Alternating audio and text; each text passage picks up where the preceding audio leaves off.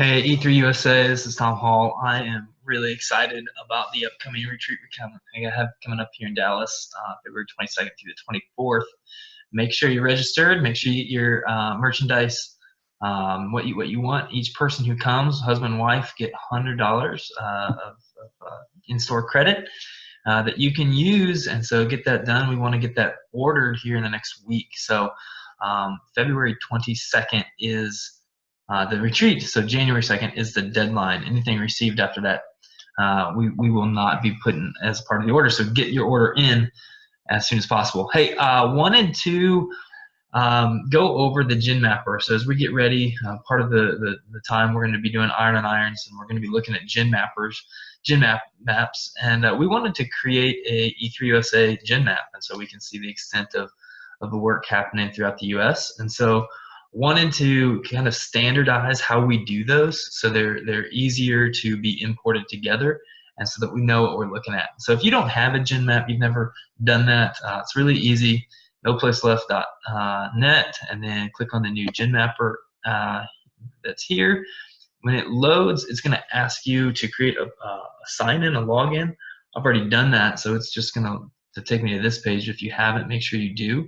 And we're going to submit the Church Circles Gin Map. So you can click on that, and then click this blue, and it's going to take you to a new one. And so once you have that, you have a new app here. So I think there's just a couple points of confusion that we want to clarify. So I've seen people do Gin Maps in different ways, and one of the common ways we see is we put either our Paul, or we put ourselves at the top of the Gin Map and just kind of leave it blank as you see it here.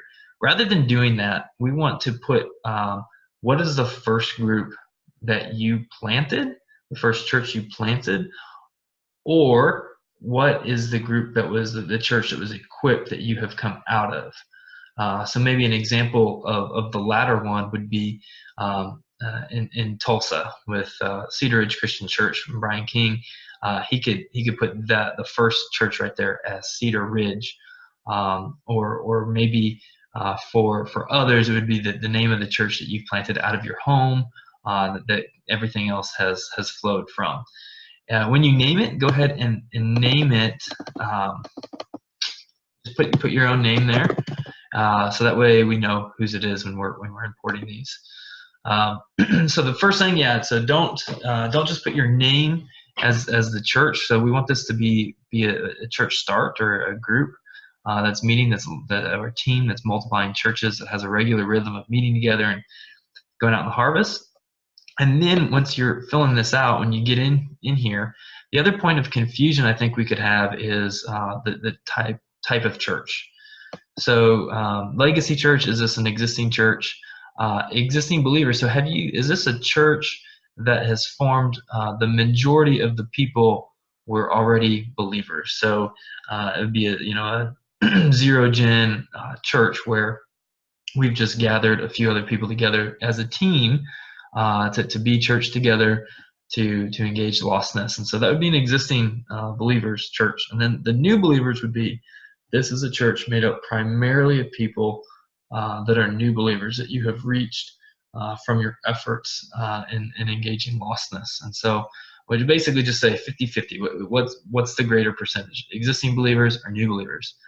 So hopefully that would clarify things. The other one would be the elements to include. I've seen people do this a lot of different ways, a couple different ways, but what we want to do, particularly for baptism, Lord's Supper, and leaders, if you as a church planter, if your intention is to reach lostness, gather them together, appoint elders, and leave to repeat that process, and you are the one doing the baptism, you are the one doing the Lord's Supper, you are the leader, then those would still be outside of the church.